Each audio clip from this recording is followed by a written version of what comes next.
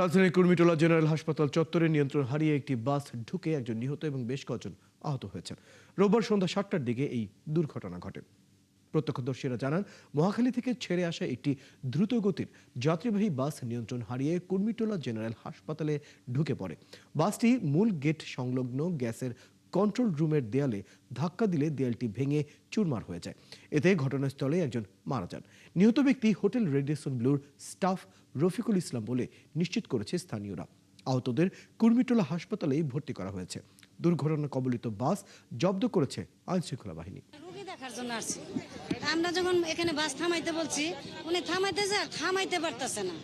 উনি খালি এই ব্রেক ধরে এই করতেছে, ওই যে সামনে লিডার ধরে। বাসে তো অনেকজন ছিল, বাসের কোনো মানুষের ক্ষতি হয় নাকি? এখানে বাস আসার কথা না, বাসের লাইন আলাদা। উনি কেমনে বুঝবে এই জায়গা থেকে একটা লোক যদি আমি তাকে বলি যে ভাই সরেন, উনি কেমনে বুঝবে এই জায়গায় বাস একটা পিছন থেকে এসে ওনাকে মারবে?